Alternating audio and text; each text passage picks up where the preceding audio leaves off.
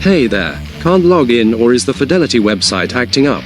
Let's troubleshoot common login and website issues so you can get back to managing your money. Welcome back to Guide with Samuel. Here's the simple way to fix it. First, try the basics.